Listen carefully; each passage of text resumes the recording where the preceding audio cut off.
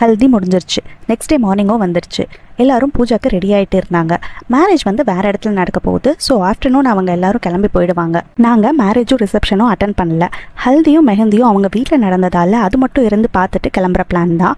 So morning அங்கேயே breakfast முடிச்சுட்டு நாங்கள் வாங்கின மேரேஜ் கிஃப்ட்டை கொடுத்துட்டு எங்கள் ஃப்ரெண்டு கூட ஃபோட்டோஸ் எல்லாம் எடுத்துகிட்டு ரிட்டன் கிஃப்ட் எங்கள் எல்லாருக்கும் ஒரு சாரீ சூப்பராக இருந்துச்சு.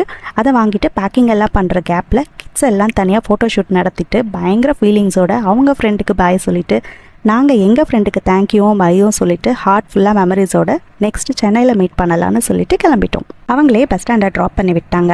அங்கேருந்து ஹைதராபாத்க்கு பஸ் ஏறிட்டோம். இவ்வளோ நாள் ஸ்டே பண்ணது நல்கொண்டாவில் இருந்து அவங்க அம்மா வீடு. இப்போ போகிறது அவங்களோட வீடு. இப்போது வீடு ஃப்ரீயாக தான் இருக்குன்னு அவங்க வீட்லேயே ஸ்டே பண்ண சொல்லிட்டாங்க. நாங்கள் அங்கே போய் இறங்கினதும் நாங்கள் லஞ்ச் ஆர்டர் பண்ணலான்னு நினைக்கிறதுக்குள்ளே அவங்களே ஹைதராபாத்தி பிரியாணி, நான், பன்னீர் பட்டர் மசாலா, கர்ட் ரைஸ்னு அவ்வளோவும் ஆர்டர் பண்ணியிருந்தாங்க. அவங்க எங்கள் மேலே காட்டின லவ்வுக்கு அளவே இல்லை. Thank you so much dear. Lunch முடிச்சுட்டு கொஞ்சம் ரிலாக்ஸ் பண்ணிவிட்டு ஈவினிங் பிர்லா மந்திருக்கு போகலான்னு கிளம்பிட்டோம்.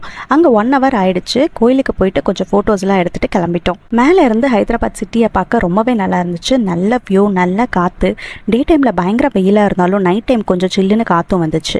அதையெல்லாம் என்ஜாய் பண்ணிவிட்டு கொஞ்சம் நேரம் சுற்றி பார்த்துட்டு டயர்டாகி பசி எடுத்துருச்சு.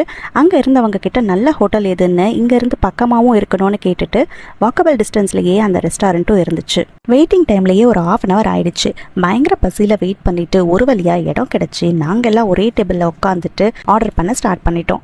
நாங்கள் ஒரு பக்கம் பார்க்க கிட்ஸ் ஒரு பக்கம் மெனுக்காடை புரட்டன்னு ஆளுக்கு ஒரு தோசை தான் ஆர்டர் பண்ணாங்க.